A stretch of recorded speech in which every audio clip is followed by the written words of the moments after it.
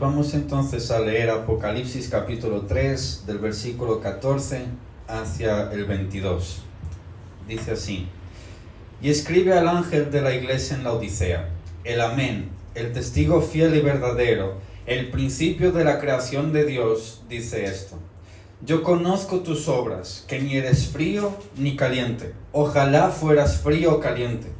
Así, puesto que eres tibio y no frío ni caliente, te vomitaré de mi boca. Porque dices: soy rico, me he enriquecido y de nada tengo necesidad, y no sabes que eres un miserable y digno de lástima, y pobre, ciego y desnudo. Te aconsejo que de mí compres oro refinado por fuego, para que te haga rico, y vestiduras blancas para que te vistas y no se manifieste la vergüenza de tu desnudez, y colirio para ungir tus ojos para que puedas ver. Yo reprendo y disciplino a todos los que amo. Sé pues celoso y arrepiéntete. He aquí, yo estoy a la puerta y llamo. Si alguno oye mi voz y abre la puerta, entraré a él y cenaré con él y él conmigo. Al vencedor le concederé sentarse conmigo en mi trono, como yo también vencí y me senté con mi Padre en su trono. El que tiene oído, oiga lo que el Espíritu dice a las iglesias. Amén. Amén, hermanos. La prédica de hoy se llama ¿qué te ha pasado, iglesia? Entonces permitidme que empiece con esta pregunta. Y sí, es una pregunta para nuestra iglesia, pero es una pregunta para la iglesia en general. ¿Qué nos ha pasado? Miren, me gustaría empezar leyendo un versículo más en el libro de Primera de Timoteo, hermanos. Vamos a leer el versículo 15 del capítulo 3. No hace falta que lo busquéis, ya lo tengo yo, luego podéis verificar allí en vuestras Biblias. Primera de Timoteo capítulo 3, versículo 15. Mira lo que dice. Aparte del 14, dice así: te escribo estas cosas esperando ir a ti pronto, pero en caso que me tarde, te escribo para que sepas cómo debe conducirse uno en la casa de Dios, que es la iglesia del Dios vivo, y fíjense en esto: columna y sostén o baluarte de la verdad. Iglesia, ¿qué nos ha pasado? Pablo dice a Timoteo que la iglesia era columna y baluarte, sostén de la verdad. Que la iglesia era aquella que llevaba y proclamaba la verdad al mundo. Que da igual quien se atravesara delante de un creyente, ese creyente tenía como misión, como fin, predicar la palabra de Dios, anunciar el evangelio a los perdidos, ¿verdad? Id y haced discípulos a todas las naciones, ¿verdad? En todas las naciones, bautizándolos en el nombre del Padre y del Hijo y del Espíritu Santo. Y esto se ha visto durante un montón de siglos, hermanos. En un montón de siglos la iglesia daba miedo. De verdad, durante los primeros 4 no, porque la iglesia fue perseguida. Pero incluso en esos 4 primeros siglos, hermanos, si tú te cruzabas con un cristiano, te aseguro que ibas con el evangelio en la cabeza, o al menos en los oídos, porque no iba a perder esa oportunidad de predicarte. Es más, ¿tú sabes por qué en los primeros 4 siglos de nuestra historia, a partir de Cristo, fuimos perseguidos por el Imperio Romano, entre otros? Porque no nos callábamos, porque no nos avergonzábamos de lo que éramos, porque la iglesia predicaba el evangelio, por mucho que nos dijeran: no debes decir eso. El César es el Señor, y decir que Jesús es el Señor es enfrentarse contra el César. Así que, cristiano, calla o mueres. ¿Sabes qué contestábamos nosotros antes? ¿Dónde está la guillotina? ¿O dónde quieres que me vaya a los leones? Pero callarme, no me callaré. No voy a guardar el evangelio solo para mí, sino que lo voy a predicar a todo el mundo. En el siglo XV o XVI tuvimos la Reforma Protestante, porque un pequeño monje no quiso callarse, sino que quiso ir en contra de un gran dragón, una gran ramera, que era la Iglesia Católica Romana, ¿verdad? No se calló. Y fíjense, no fue el primero que lo intentó. Hubo otros antes de él que también vieron lo que estaba haciendo la iglesia romana, que no era bíblico, ¿verdad? Que iba en contra de las escrituras. Intentaron de alguna manera cambiarlo. ¿Sabéis qué hizo la iglesia católica romana? Los mató. La iglesia romana contra Lutero también anunció, dio como un edicto, ¿verdad? Un papel donde decía: quien lo vea, que lo traiga, que lo vamos a matar. Y Lutero, gracias a Dios, no se ha callado. Teníamos a hombres valientes, fervorosos, ¿verdad? Ardiendo en el espíritu, en ese fuego pentecostal que nos tienen acostumbrados, ¿verdad? Por las calles evangelizando. En los años 60 tuvimos las grandes cruzadas evangelísticas, obras misioneras, llenábamos estadios con predicadores como Billy Graham y todos estos, ¿verdad? Y la gente ya no iba al estadio a ver un concierto, a un partido de fútbol. Iban a escuchar a un predicador. A un simple hombre, miserable hombre, pecador, que solo tenía una cosa: una Biblia abierta. Nada más.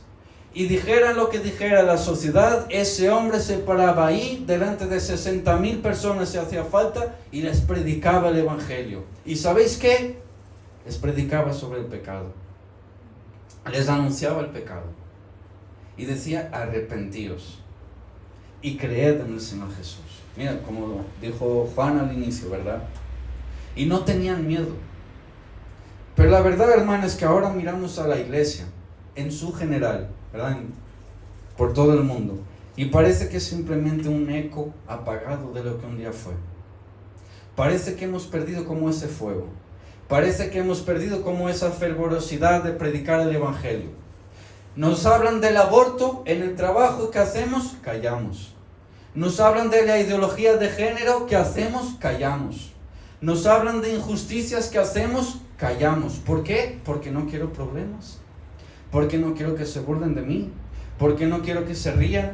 No quiero ni que nadie sepa que soy cristiano. Ya os conté aquí un caso que yo conocí, pero había una familia que venía todos los domingos a iglesia, pero antes de entrar en la iglesia, en el local, miraban 2 veces para cada lado, y ay de ti si les hacías una foto, porque no podían saber que eran cristianos. Tenían vergüenza de mostrar que eran cristianos, y no faltaban el domingo. Fíjate. Pero eso sí, no esperes que prediquen a nadie en la calle. No esperes que se mojen con tal de decir: eso es pecado. Hoy en día nos preguntan: ¿qué piensas de los homosexuales, de que se casen 2 hombres, 2 mujeres, por ejemplo? ¿Qué piensas de eso? No, mira, cada uno como quiere, ¿no? ¿Quién soy yo para juzgar? ¿Quién eres tú para juzgar? Eres hijo de Dios y eso es pecado. Nuestro trabajo, ¿sabes cuál es? Decir que eso es pecado. Sí, con amor, sí, queriendo que ellos vengan a Cristo, es verdad, pero hablando la verdad, hermano. Deberíamos estar hablando la verdad, pero hay un silencio que es cómplice. La iglesia muchas veces es cómplice del pecado del mundo, porque no lo está denunciando, con tal de no ofender, y porque tenemos honestamente un carácter muy débil hoy en día en la iglesia. Entonces preferimos estar callados, no hablamos con firmeza. Ya no hay firmeza en la iglesia, hermano. Fíjate en la mayoría de iglesias que hay por ahí. Ojo, aquí estoy hablando muy en general, sí, hay pequeñas comunidades, pequeñas iglesias, un pequeño remanente, como el Señor siempre dice en su palabra, ¿verdad? Que todavía son fervientes, que todavía nos han vendido, que todavía oran y predican, que todavía no tienen miedo de lo que está ahí fuera. Pero caramba, que en 10 iglesias hay una que es así. Todo lo demás, mira cómo es. No hay prédicas, hay palabra motivacional, no hay estudio bíblico, hay concierto. Ya no hay predicadores en estadios, hay bandas de no sé qué cristiano. Ya no hay hombres predicando la palabra ahí fuera. Si no, mira el contexto de nuestro mismo país. Pero aquí en este texto, hermanos, Cristo va a mostrarnos que Él no tolera que seamos tibios. Y ahora vamos a entender qué significa esto. Y nos hace una advertencia muy clara. si seguimos así, Él nos va a vomitar, a rechazar.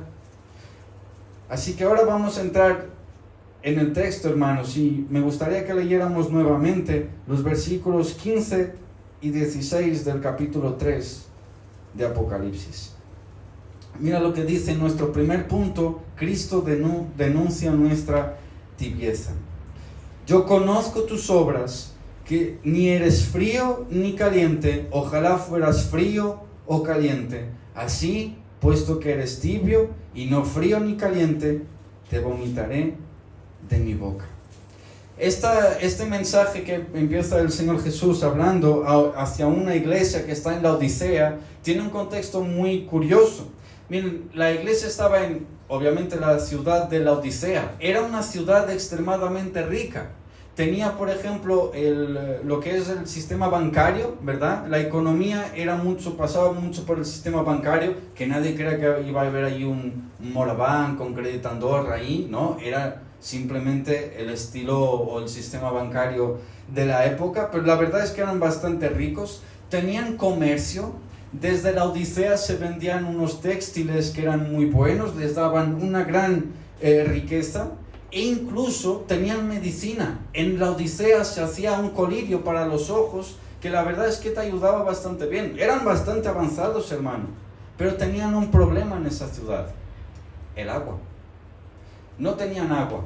Ellos dependían de unos acueductos, ¿sí? Unas tuberías que venían desde dos ciudades, Hierápolis y Colosas.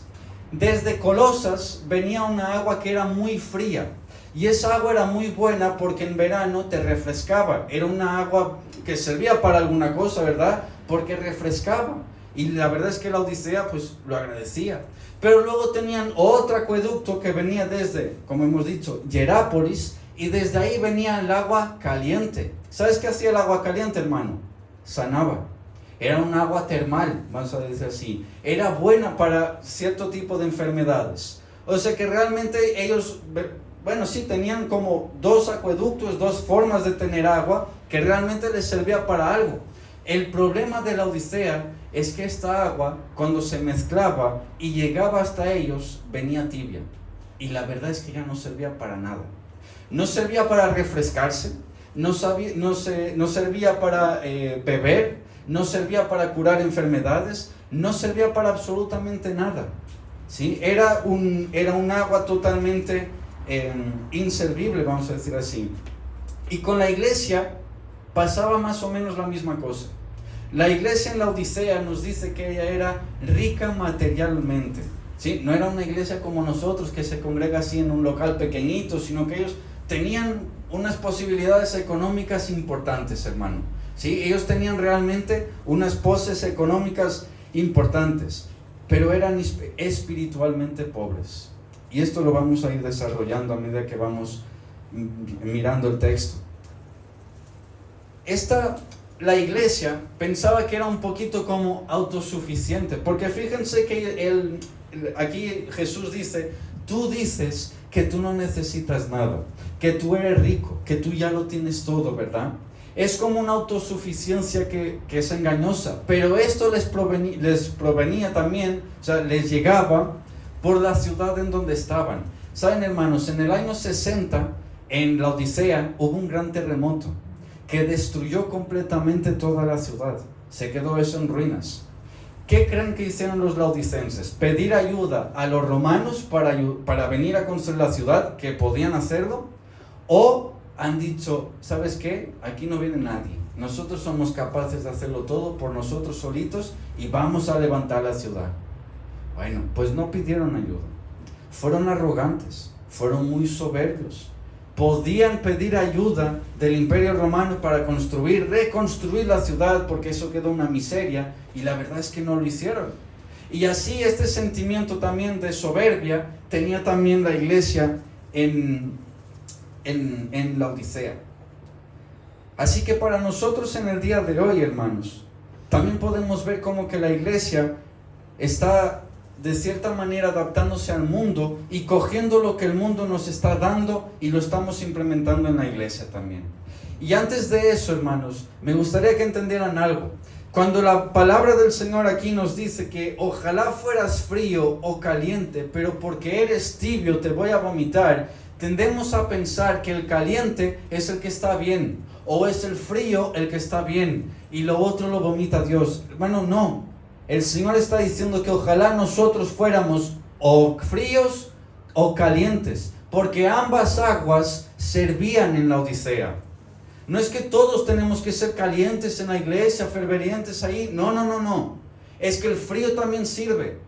No es un frío espiritual, entiendan. Pero la idea es que las dos aguas aquí servían para algo, ¿sí? Lo que el Señor no le gusta, y aquí está advirtiendo, es cuando somos tibios. Y por lo tanto no servimos para nada. En la iglesia no serviríamos para nada. Por ejemplo, estamos aquí, pero simplemente somos completamente inservibles. Pero como hemos dicho antes, la iglesia de hoy, hermano, calla frente al aborto, calla frente a la ideología de género y calla frente a una corrupción moral. Hay incluso iglesias, hermanos, que quieren tener cierto contacto con instituciones gubernamentales, ¿sí? El gobierno o cosas así, con tal de conseguir favores. Y creen que la iglesia sí debe estar asociada con los gobiernos de su país con tal de conseguir favores. ¿Quién te enseñó esto? ¿Sabes por qué la iglesia muchas veces calla frente a la corrupción que tiene su propio país? Porque está consiguiendo favores. Pero hermano, a ti no se te ha dicho que consigas favores de nadie. A ti se te ha dicho que denuncies la corrupción moral. A la iglesia se le llamó a predicar el evangelio, a predicar contra el pecado. La iglesia en nuestro tiempo prefiere ser aceptada por el mundo que confrontarlo con la verdad. Preferimos de cierta manera encajar. Preferimos como vernos bien de cara afuera, ¿verdad? Solo para tratar de conseguir que la gente venga y llenemos las sillas, ¿verdad? En vez de confrontarlos con lo que realmente están haciendo, que es pecado. Los púlpitos, si ustedes ven, hermanos, se han vuelto más una sesión de coaching motivacional antes que una predicación bíblica. Hermano, a poca gente ya le importa la Biblia. A poca gente le importa lo que la Escritura dice. Es más, muchos no entienden por qué desde un púlpito se predica contra el pecado.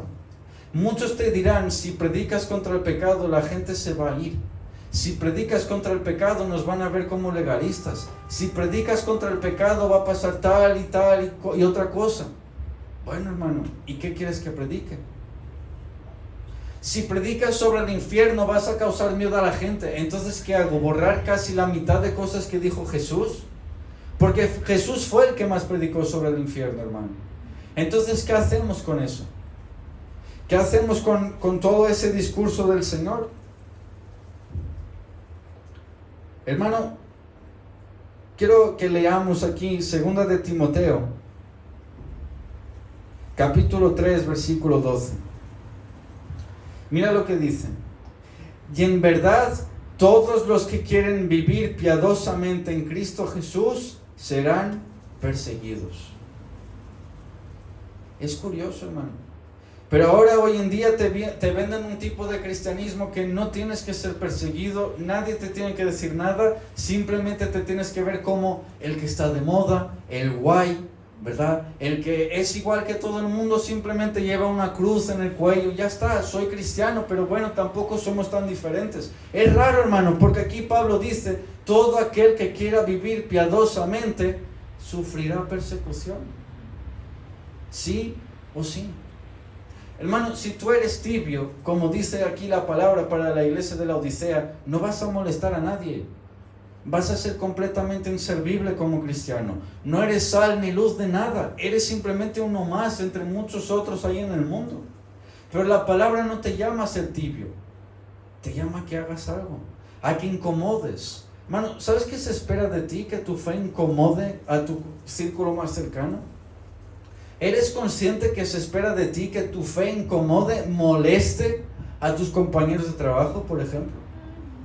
¿Sabes qué se espera de un cristiano? Que tus amigos te vean raro, si no son cristianos, obviamente. ¿Sabes qué se espera de un cristiano? Que su familia le mire de lado, incluso lo rechace por ser cristiano. Pero hoy en día, hermano, callamos y decimos, es que no quiero problemas. Bueno, hermano, según Pablo, el que no quiere problemas, no es que tampoco los vayas a buscar, pero sabes que los vas a tener. Pero según Pablo, aquel que no va a querer ser perseguido es porque ni siquiera está intentando vivir piadosamente, hermano. Así lo mismo para una iglesia. Una iglesia que no incomoda al mundo con la verdad se ha convertido en su cómplice. Hermano, entendamos algo. Si nosotros vemos injusticias ahí fuera, si vemos algo que va contra la palabra de Dios, si vemos que las cosas se están haciendo mal y simplemente callamos y vivimos en nuestra burbujita de cristianos, de nuestro culto el domingo, oración y estudio el miércoles, y a mí que mientras no me toquen no pasa nada, estamos siendo cómplices del mundo. ¿Cómo cómplice? Si yo vengo el domingo a iglesia, si yo el miércoles vengo a oración, si yo sirvo en la iglesia, ya, pero es que ahí fuera te callas. La iglesia no son estas 4 paredes. Si ahí fuera tú no denuncias el pecado, hermano, te estás siendo cómplice con ellos. Eres uno más con ellos. Miren, vamos a leer Ezequiel capítulo 33, versículos 7 y 8, hermanos. Miren lo que dice. Y a ti, hijo de hombre, te he puesto por centinela de la casa de Israel. Oirás, pues, la palabra de mi boca y les advertirás de mi parte. Cuando yo diga al impío, impío, ciertamente morirás. Escucha bien esto, hermano. Si tú no hablas para advertir al impío de su camino, ese impío morirá por su iniquidad, pero yo demandaré su sangre de tu mano. El Señor está diciendo que nos ha puesto a nosotros por centinelas, ¿verdad? Para anunciar, para advertir a los impíos que ciertamente van a morir. ¿Por qué? Porque no se arrepienten, no se han convertido al Señor, no creen en Él, lo rechazan totalmente, y como dijo Juan al principio del culto, pues te toca el infierno, ¿verdad? Es la condenación la que hay. Si tú rechazas al Señor Jesús, no hay otro camino, tú mismo lo has elegido, ¿verdad? Pero es que a ti, iglesia, se te ha puesto para que denuncies el pecado y anuncies el camino de salvación. Amén. Pero mira, el Señor dice, si tú te callas, ese impío ciertamente se va a morir, ciertamente irá al infierno, rechazó a Cristo, ciertamente va a ser condenado. Pero es a ti que te has callado y tenías la palabra de salvación en tu boca, es a ti a quien se le va a pedir cuentas. Es a ti. Es a la iglesia que se ha callado. Es a la iglesia que se ha vendido, que no quiere más hablar la verdad con miedo de ofender a los demás. Hermano, cualquier persona a la que pudimos nosotros predicar del Evangelio y hemos escogido libremente no hacerlo, somos culpables de que no conozcan a Cristo. Ya, pues que yo no convierto a nadie. Es que nadie te ha pedido que lo conviertas. Simplemente que anuncies. Simplemente que les prediques el Evangelio. Simplemente que les digas cuál es y dónde está el camino a la salvación. Simplemente que tú les presentes a Cristo. ¿O es que ahora te has avergonzado del que te salvó? ¿Te imaginas que a ti no te habían predicado el Evangelio? ¿Te imaginas que a ti alguien se había callado y hubiera escogido, en vez de predicarte el Evangelio, dejarte en tu pecado, dejarte por tus caminos? Hermanos, es un tema demasiado serio como para que tratemos de ignorarlo. Es cierto, la iglesia fue perdonada, la iglesia está redimida, la iglesia no va a perecer la condenación eterna, no lo hará, porque el Señor así lo prometió. Pero de alguna manera es a nosotros a quien se nos va a pedir cuentas. Dime, ¿esto no te hace pensar? ¿Te das cuenta que el tiempo se está acortando? Ya estamos con los mensajes escatológicos como de meter miedo a la gente. Bueno, hermano, yo no estoy diciendo que Cristo vuelva mañana, pero es que la vida de la gente no dura 130 años, ¿sabías? A lo mejor tú ves hoy a un viejito que tú no sabes si mañana va a estar por aquí. No pierdas la oportunidad de ser sal y luz. No pierdas la oportunidad de evangelizar a los perdidos, hermano. Porque Cristo lo que está haciendo en medio de este texto, en la Odisea y también para nosotros, es denunciando, hermano, nuestro pecado, nuestra tibieza de no querer predicar el Evangelio. Mira ahora versículo 17, vamos al segundo punto de hoy, la autosuficiencia orgullosa de la iglesia de la Odisea. Miren lo que decían: porque dices, soy rico, me he enriquecido y de nada tengo necesidad, y no sabes que eres miserable y digno de lástima y pobre, ciego y desnudo. Hoy nos creemos muy autosuficientes también, sobre todo en algunos círculos, porque somos muy modernos. Porque ya nuestra iglesia ya no tiene un púlpito, porque el púlpito molesta. Ahora tenemos una pequeña mesa que sirve para aguantar un traste viejo que se llama Biblia, ¿verdad? Que tampoco hay que abrirla mucho. O sea, este libro ofende, así que mejor lo dejamos de lado. Por si entra algún religioso, vamos a mantenerlo aquí para que vea que al menos somos cristianos. Ponemos una cruz ahí al lado, pero chiquitita, que nadie tampoco vea mucho. Apagamos las luces de la iglesia, ponemos unas LED detrás, pintamos todo de negro, llenamos un poquito esto con humo y ya está, concierto cristiano. La gente va a salir de aquí contenta. La gente no va a salir con mala cara, y es más, se lo van a decir a sus amigos, y sus amigos que ni siquiera son muy cristianos, pero se lo quieren pasar bien, van a venir el próximo domingo. Mira qué bien. Las arcas de la iglesia se llenan, las sillas están llenas también, no hay polvo con tanta gente que entra. Tenemos una iglesia avivada. ¿Avivada de qué? De mundanidad. ¿Avivada de qué? Es así que nosotros evangelizamos. Es así que nosotros predicamos el evangelio. Es no predicando el evangelio a nadie, haciendo sentir bien a todo el mundo que quiera venir aquí. No, es que en esta iglesia somos muy inclusivos, somos muy respetuosos con todo el mundo. A mí, a ver, me da igual si vienen aquí un matrimonio de marido y mujer, o dos hombres o dos mujeres. ¿Qué más da? Jesús ama a todos. ¿Ah, sí? ¿Tú estás seguro de lo que estás diciendo? Porque aquí hay algo que no cuadra. Porque el Antiguo Testamento, y también en el Nuevo, si lo buscas, te va a decir: al impío lo aborrezco. No. Es que Cristo rechaza o aborrece, odia el pecado, no el pecador. Mira qué gracioso. El que se va al infierno no es el pecado, es el pecador. ¿A quién aborrece entonces? Y sí, estoy de acuerdo, el primer día que todos entramos aquí, éramos nefastos, todos estábamos completamente sucios. La cuestión es que dice la palabra que el Espíritu Santo te va santificando, te ha regenerado, ha hecho de ti una nueva criatura, ¿verdad?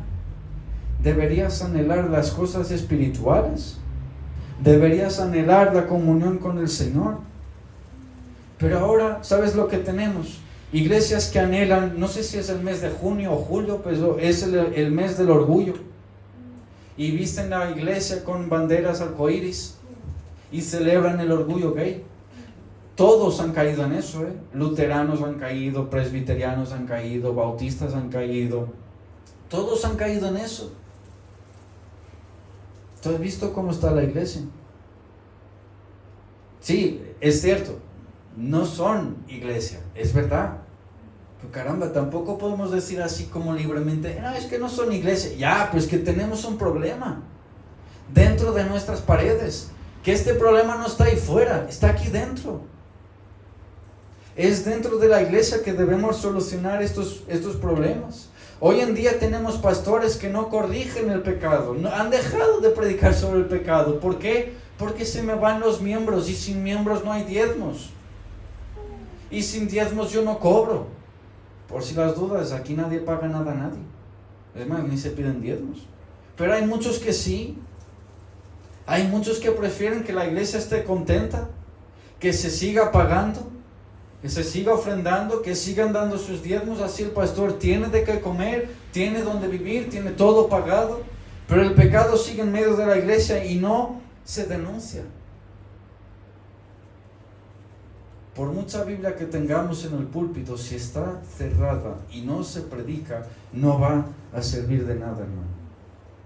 Así que deberíamos examinar si confiamos más en nuestra imagen, en nuestro ministerio, en la cultura que tenemos quizás, si confiamos más en esto que en Cristo. Porque mira, la Odisea cayó en esto.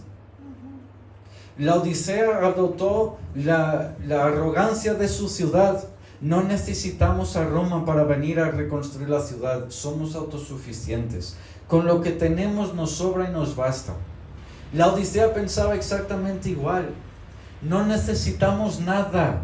El problema es que la Odisea, al pensar así, estaba incluyendo ahí incluso a Cristo, como que ya no le hacía falta la guía del Espíritu Santo porque ya ellos sabían. No necesitaban que un apóstol viniera ahí a entregarles palabra de Dios, ya ellos lo sabían. No necesitaban que ningún pastor les corrigiera, ya ellos lo sabían. ¿Y Cristo qué les dice? Te aconsejo. Y este es nuestro tercer punto. La disciplina amorosa de Cristo, versículos 18 y 19. Te aconsejo que de mí compres oro refinado por fuego, para que te hagas rico, y vestiduras blancas, para que te vistas y no se manifieste la vergüenza de tu desnudez, y colirio para ungir tus ojos para que puedas ver. Yo reprendo y disciplino a todos los que amo. Sé pues celoso y arrepiéntete. Mira que es curioso. Cristo acaba de dar la vuelta a todo en lo que la Odisea tenía confianza. A su sistema bancario, a su economía, ¿verdad? A su riqueza, a su oro refinado, a su textil. Les dice, compraos vestiduras blancas, mías. Incluso a lo que tenían de medicina, que era un colirio, él dijo, no, cómprate el mío. La Odisea, sé rica pero en mí, en las cosas que yo te doy, que vuestro tesoro esté en los cielos, no en la tierra. La Odisea, no te fardes tanto, no te alardes tanto, no halagues tanto lo que tú haces con la ropa que vendes, que tu textil sea muy bueno. Tu textil es sucio de tu pecado. Mejor vístete las vestiduras blancas que yo te doy, para que andes en santidad de verdad y que tu fe sea genuina. La Odisea, no te alardes tanto de tu colirio, porque en verdad tú estás ciega. Tú no ves. Tú te fardas mucho de lo que vendes a los demás para ponerse en los ojos, pero tú estás ciega. Tú no ves. Por eso es que dice el Señor, colirio para tus ojos, para que puedas ver. No alardes tanto lo que tienes, la Odisea, porque en verdad tú eres pobre, eres miserable. ¿Y qué vemos nosotros a día de hoy, hermanos? Vemos a iglesias que pueden halagarse, ¿verdad? Por tener muchos miembros, por tener la iglesia siempre llena, por tener los mejores programas, pero en verdad lo que vemos ahí son hombres pasivos, que no lideran espiritualmente nada. Son hombres que se han vendido a esta cultura. Mira, hermano, es curioso, pero es que a veces nosotros decimos, Lutero fue un hombre no sé qué. Lutero fue un hombre que tenía de verdad el coraje de enfrentarse a Roma él solito, y mira, clavó las 95 tesis y no tuvo miedo de nadie. Hacen falta más Luteros, amén, pero tú no lo soportarías. Tú no soportarías a un Lutero. ¿Sabes por qué? Lutero era muy duro. Lutero era muy rudo. Lee sus libros, lee las cartas que Lutero escribió. Tú te vas a cuestionar si Lutero era cristiano. ¿Sabes por qué? Porque el vocabulario que Lutero usaba, a ti, a día de hoy, te va a causar urticaria en las orejas. No vas a poder soportarlo. Lutero era muy duro. Y sí, yo estoy de acuerdo, necesitamos a más hombres como Lutero. Pero necesitamos a hombres como Lutero que hablen y también que sepan escuchar. Porque hoy en día, hermanos, de verdad, os lo digo con el corazón en las manos, hay veces que tú no sabes si estás hablando con un hombre o con una princesa en la iglesia. Y perdónenme, nada contra las princesas, sí. Pero de verdad, hermano. Por eso es que digo, ¿qué te ha pasado, iglesia?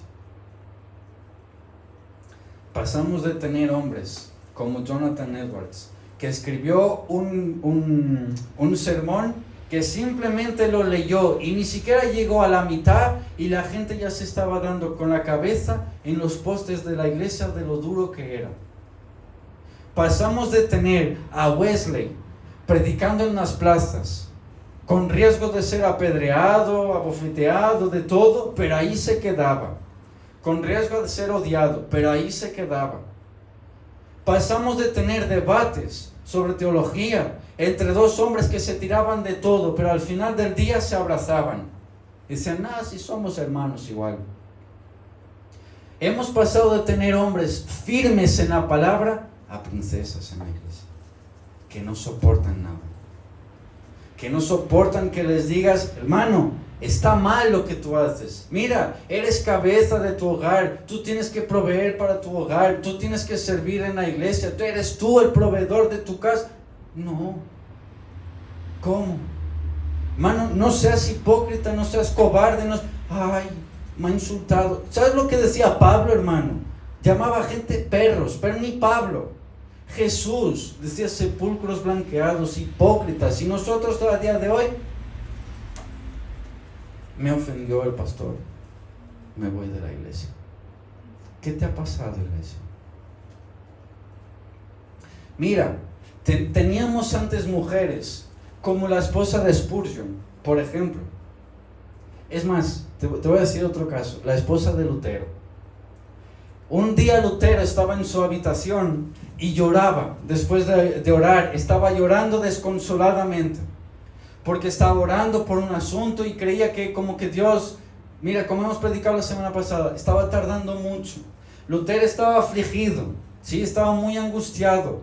Lutero estaba con un semblante decaído, pasaba por la casa como si eso fuera un funeral. No hablaba con nadie, cabeza baja, siempre triste, ¿sí?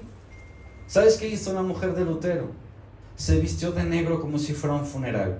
Lutero, cuando la vio, le dijo, oye, ¿qué ha pasado? ¿Quién se ha muerto para que tú estés así? ¿Sabes qué le contestó la tremenda Molly? Se llamaba Molly. Dios ha muerto.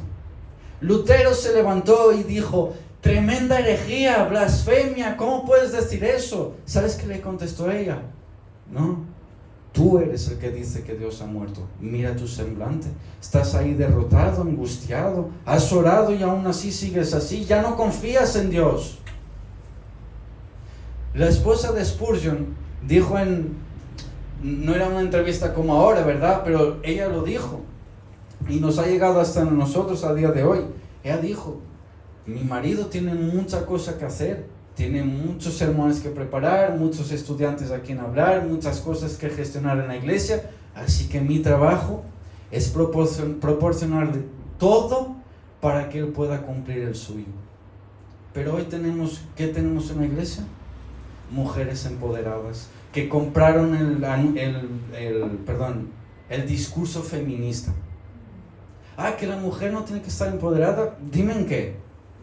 Si es empoderada en el poder del Espíritu Santo conforme a la palabra de Dios, amén. Si es empoderada conforme al mundo, yo te pregunto, ¿a ti quién te ha guiado a eso? ¿De dónde viene eso? ¿Quién te enseñó eso? Hemos dejado de tener mujeres piadosas en la iglesia a mujeres que rechazan el diseño de Dios, incluso en sus hogares. Es verdad. Hermano, tú hoy en día, si tú le dices a una mujer, hermana, no tiene usted que llevar los pantalones en su casa, se ofenden. ¿O no es verdad? Y te van a salir, es que mi marido no hace, mi marido no sé qué, mi marido no sé cuántos. Sí, pues mira, el ejemplo que tanto te gusta citar, Débora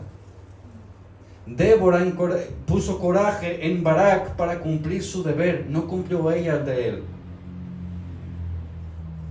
¿Qué nos ha pasado, iglesia? ¿En qué momento? Mira, te voy a dar un caso que no viene a cuento, pero sirve. ¿Sabes que hasta los años 60 más o menos las mujeres en la iglesia usaban el velo? ¿Sabes por qué lo hacían? Porque la Biblia dice que eso es una señal visible de la autoridad que está sobre ellas. Porque es curioso que la Biblia dice que la cabeza de la mujer es ¿quién? El hombre. Aunque esto hoy en día es totalmente rechazado, que lo sigan rechazando ahí fuera, es lo que dice la palabra del Señor. ¿Sabes por qué se cambió eso? La cultura feminista de los años 60. Y ojo, no estoy diciendo que la mujer deba usar velo a día de hoy o no me estoy metiendo en eso. Simplemente os estoy enseñando un ejemplo de que antes la mujer sentía orgullo en mostrar que tenía una autoridad sobre ella. su marido.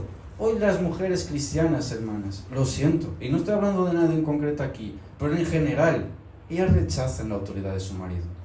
Es verdad. No seamos hipócritas, hermano, es lo que tenemos.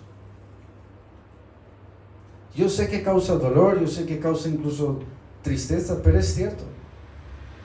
Y lo peor es esto, hermano. Cuando tú intentas corregir a alguien, se ofenden. Se ofenden cuando hay la palabra de Dios en su vida, pero consumen todo lo que, por ejemplo, provenga de Netflix. Hermano, no estamos muy lejos de la Odisea, por ejemplo, cuando solamente buscamos a nuestro pastor para que él dé como validad a lo que yo ya quiero hacer. Cuando me duele algo y yo quiero que alguien me consuele, pastor, pastor. Pero cuando es para corregir y el pastor te va a corregir, dice, tú no eres mi pastor. ¿Pastor de qué? No tengo que hablar con el pastor. Curioso, es verdad, no tienes, no hables. Pero es curioso que solo quieres cuando a ti te interesa. Es curioso que te crees autosuficiente cuando no te interesa escuchar a tu pastor. Es muy curioso. Porque antes la gente, hermano, de verdad, y no estoy diciendo que debamos volver a eso, ya sabéis lo que pienso de ello. No hay que preguntar todo al pastor como si fuera el papa de nuestras vidas. Pero antes la gente se enorgullecía de decir, lo he consultado con mis pastores y me han dicho que esto era bueno. Y ¿sabes qué? Tengo confianza porque muchos de ellos han dicho que estaba bien. Antes la gente, hermano, de verdad, hasta para abrir un simple y miserable negocio, consultaba con sus pastores, consultaba con su iglesia. Hoy, hermano, tú no consultas nada con nadie. Lo he consultado con Dios, mentiroso. Somos mentirosos e hipócritas muchas veces, hermano. Es verdad. Y aquí está la pregunta. ¿Qué nos ha pasado? Pero, mire, hermano, ya con riesgo de pasarme en el tiempo, me gustaría que leyéramos Proverbios capítulo 12, versículo 1. Miren lo que dice. El que ama la instrucción, ama el conocimiento, pero el que odia la reprensión es torpe. Y Hebreos también dice que Cristo azota y corrige a todos los que aman. Entiende una cosa, hermano, la corrección en la iglesia es muestra de amor. Y algunos ahí fuera van a decir que eso es legalismo. Y algunos ahí fuera van a decir que somos una secta. Que sigan diciendo lo que quieran, que demuestren con la palabra. Que vengan a verlo. Que vengan aquí. Que vengan aquí y se enfrenten. Porque mira, detrás de una pantalla somos todos muy valientes. Ahí sin que nadie nos escuche, todos criticamos a todo. Es más, hermano, tú puedes criticar el sermón de hoy, puedes criticar la vestimenta de hoy, puedes criticar lo que quieras de hoy. Sería interesante que empezáramos a hablar las cosas en la cara, que nos corrigiéramos los unos a los otros como muestra de amor. Porque el que ama corrige, y el que se acepta el ser corregido, ama el conocimiento. Es el impío quien lo rechaza.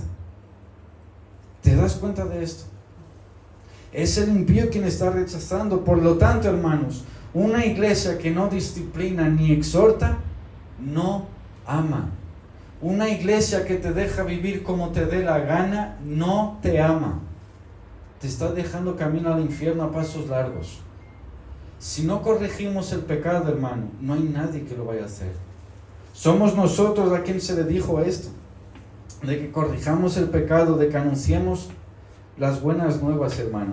Y ya para acabar, los versículos 19 y 22 del capítulo 3, hermanos, que no vamos a estar leyendo, pero es el llamado urgente que Cristo nos hace a cada uno de nosotros. Sé celoso y arrepiéntete. Cristo nos está llamando al arrepentimiento. Nos está diciendo que volvamos a Él, hermano. Es curioso que muchas veces usamos este versículo, el versículo 20, para los incrédulos y les decimos, mira, el Señor dice, he aquí, yo estoy a la puerta y llamo. Si alguno oye mi voz y abre la puerta, entraré a él y cenaré con Él y Él conmigo. Y esto le decimos en cuanto evangelizamos a los perdidos. Curioso, que aquí lo está diciendo a la iglesia, a creyentes, a gente que da por hecho de que Cristo ya está dentro de su casa y ya está cenando con ellos. Bueno, pues aquí Cristo está diciendo, estoy a la puerta. ¿Por cuánto fuiste tibio? Estoy a la puerta, iglesia. No es para los incrédulos este texto, es para nosotros. ¿Vamos a seguir queriendo las comodidades de este mundo? ¿Vamos a querer seguir como que la cultura encaje en nuestra iglesia, que nosotros encajemos ahí fuera con tal de atraer a más personas? ¿O vamos a ser fieles a Cristo? ¿O vamos a tender aquí la mesa y Cristo va a tener el primer lugar en ella? ¿Nos vamos a avergonzar de Cristo y dejarlo ahí fuera con tal que entre todo el mundo? ¿O vamos a dejar al mundo fuera con tal de tener a Cristo dentro? Esta es la pregunta que nos debemos hacer. Así que este texto nos dice, iglesia, despertemos. Nosotros no necesitamos más un cristianismo que sea tibio, que se camufla para sobrevivir. No, nosotros necesitamos un cristianismo que sea ardiente, firme y valiente, como Lutero, ¿sí?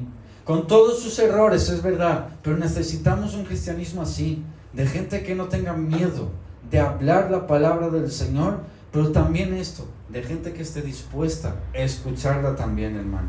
Si nosotros no despertamos, Cristo nos va a vomitar, porque Él así lo dijo. Pero si nos arrepentimos, Él promete entrar, cenar y sentarnos en su trono. Así que la pregunta que nos debemos hacer para el final es si queremos ser una iglesia vomitada o una iglesia vencedora que vence con Cristo y está sentada con Cristo. Amén. Amén, hermanos. Vamos a orar.